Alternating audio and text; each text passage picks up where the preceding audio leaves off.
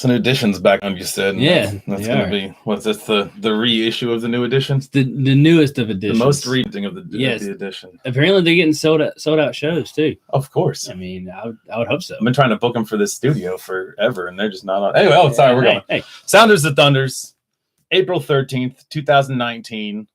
Sounders FC versus Toronto FC.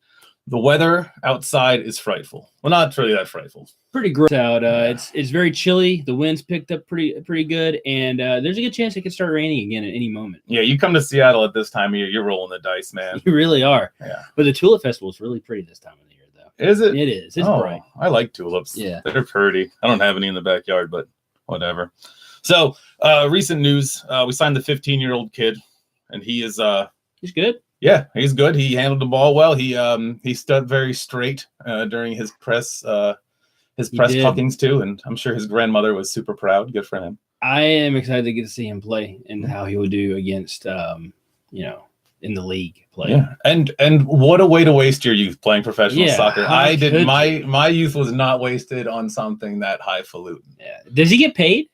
Oh, totally. Well, does it like he's straight signed? I mean, being a 15-year-old, like he's got to have like his parents involved. He got his worker's permit. Yeah, so he might get Macaulay Culkin at any moment, but hopefully not. No, I hope not. Though even if he gets Macaulay Culkin, he can come back later on and just talk about movies and stuff. And I guess soccer probably. And he should be able to be a qualifier for the men's national team too, right? Yeah, I think he was looking to do like the U17 team.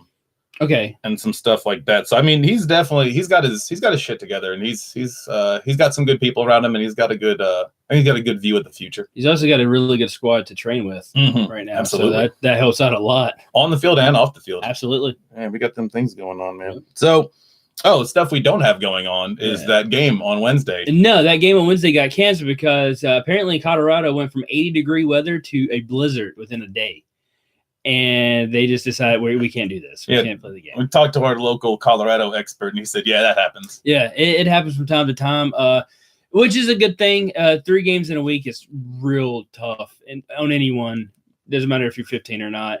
And playing in a blizzard would be cool to see, and from what I hear, is really fun. And the orange ball could have came out. Yeah. In fact, if people remember from last season, the season before last, Atlanta and Minnesota played a game in a blizzard, and it was real fun and crazy. But yet again, probably not the best. Yeah, cold isn't good for muscles, and you know these people are expensive. But and we need to keep our health up. We do, and I know that our training got disrupted because you have that sort of like you train for the week, and there's probably a nice set of rituals that go and like increase and decrease as the week goes by. And here now you got to disrupt that, and the game got rescheduled for September, which I think is actually during a FIFA break, which means that we'll probably get to see a lot of guys from the bench play and have some minutes because of that. Yeah, man. I was looking at our bench, and I always think of Heartbreak Hotel because it's all people you want to see out on the field, and you're like, it's too bad that we need to like establish a rhythm on our starters so that we can be our best when we need to be our best. I kind of want to make it like a little kid game where like at the first quarter you have to sub out everyone on the bench back onto the field and stuff like that. No. I kind of want to do that. I mean, and after all, this is entertainment. This is more of a sport than baseball and football combined, if you ask me. But at the same time, as an ornery, affluent white person in Seattle, I demand that everyone dance the way I want them to dance as the pills and the booze kick in and I start screaming. Can you imagine if like their new rule in soccer was like, okay, at the second half, everyone has to get subbed out for the bench. That's it. This is a new rule. You have to do it. People's parents have been complaining. We need to get people on the field. They think there's favoritism. Can't have it happen. The other things about traveling that I was just wanted to press on briefly was how much traveling sucks. Much airports suck. Airports do suck. Not being able to find a plug.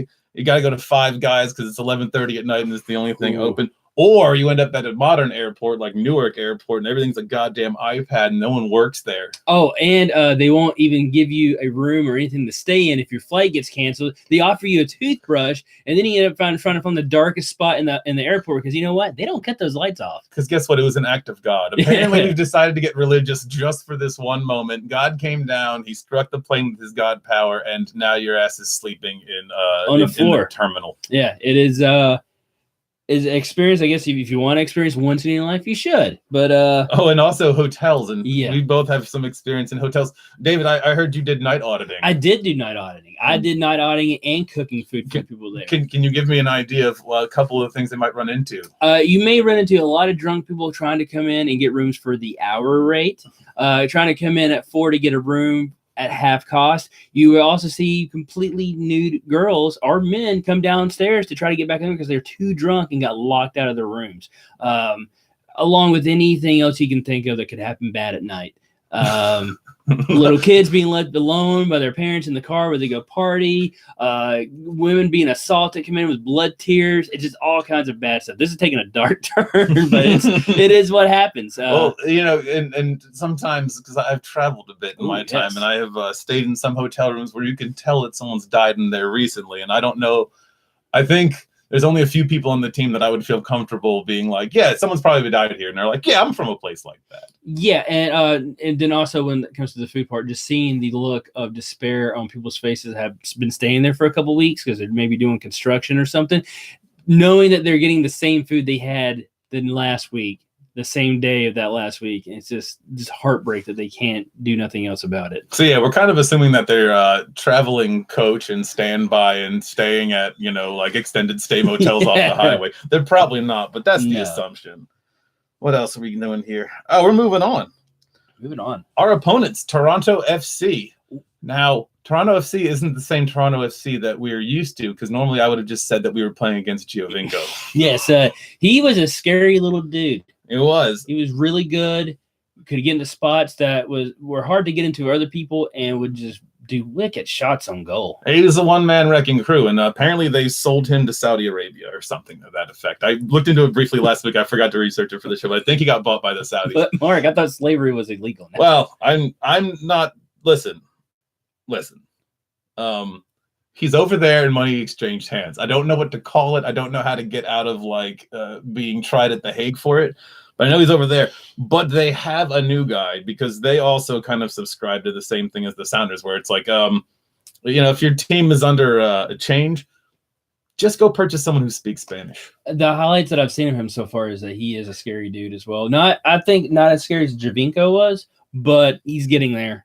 Yeah, I saw a few of his turns and shots and just some of his handling, some of his through balls. And that man is going to be the man to watch. He deserves attention, and people should not let him breathe with the ball. No, that man needs to be pressured. Yeah, our back line needs to really keep their eye on him, or it's going to be a long, long day today. Because he could easily fit into these tropes we get from Toronto, these things that we know are going to happen. Like, we know there's going to be long balls and there's going to be through balls to Altidore. Yeah. And Altidore is a machine, not in the way that people usually talk about people in sports of machines, as in just high praise, but he will do the same few things over and over again until the ball goes in the net. So you have to watch out for it. He's also really just not consistent enough. Yeah, which it's good because it's a good thing for us. Yeah, good thing for us, but he's never been consistent. Another thing is Bradley. Ooh, Bradley. I'm sure his position on Toronto FC is different than on the men's national team. Are you sure? I thought he was midfield there too. No, I meant his his place on the team. Yeah. But I'm sure he is still a big giant hole in the middle of the field that you should just exploit. Any chance you get. And the worst part is that he will get lucky from time to time and get a decent ball and be lucky, and you just won't hear the end of it. And that's all you hear. The problem is a goal counts as a goal, no matter how good or bad it was, no matter what I feel about the situation, it's still a goal. So we got to worry about that. Then also Toronto is really good at crashing. They're really good at crashing the boards. They're really listening to people who say to hit back post, front post, get a man in the middle, just go. You can't fault them for that. They're really good at doing that, and that's an issue that we need to address as soon as the game starts. Yeah, I mean, and this is obviously something that Keehee and Marshall and all them know, but just we cannot fall asleep in the box. We cannot ball watch on defense because they will run into the ball and it will go into the goal. And it doesn't have to be pretty. It just counts. Yeah, no, not at all. Which actually I think comes up to what I was looking to say about the Sounders is that we need finishing. We need to send these boys to finishing school. We need to put them into cotillion and have them wear pretty dresses at a banquet where they come out to society and meet all the handsome young available lads in town, because we need to put the ball in the goal. Yeah. We definitely have people that are hardcore team players that are so selfless that they refuse to take shots sometimes because they want to be that team player. Be selfish, you guys. Just do what you want to. Get the ball in the net. And knee over the ball, head down, knee up. It'll keep the ball from going 1,000 miles over the goal. Just remember your basics. Square yourself to the goal and the ball's coming at you. Remember your angles, your equal and opposite reactions. Just follow through with your passes and your shots and put the fucking ball in the goal and put the fucking game away. It looks like also that our lineup thing was the last game, which means Diaz is still out with his injury. But don't worry, we'll always have a handsome young man up front. Yes, we will. Yes, we will always have someone you would love to have take your daughter home, or out and then back again, or however that works. I don't know. I'm a lonely person. Yeah. So as far as the game goes today, just do what you know you need to do. Don't fall asleep out there. And run the wings. It should be an exciting game. Yeah, run the wings. Do the rotation in the middle with Roldan and Svensson, and Ladero run wherever you want. Morris and Rodriguez just fill in the blanks and do your wings. Hit your overlap and I mean, this is also. I know some people try to make this to be a rivalry game now because we know we met these guys in 2 back-to-back MLS Cup finals. We got one, they got one. So I don't see it as that, but it does make for fun games because I'm sure there is some slight bad blood between the two teams. Maybe. I like all going through the motions. I like saying mean things about Toronto and nice things about the Sounders. So absolutely, if that's what being a rivalry is, then rival we are. And we can always talk bad about Bradley. Yeah. That's always fun. Absolutely. Mm-hmm. All right. So going to the game. Here it is. Ladies and gentlemen, boys and girls, persontopersons.com, Sounders the Thunders, all the other shit. Yeah. Oh, we'll talk to you after the game. Go Sounders. Woo! Man, we retained a listener, unless that's us. That may be us. Is that us? I fucking don't know how to turn this thing off. Hold on.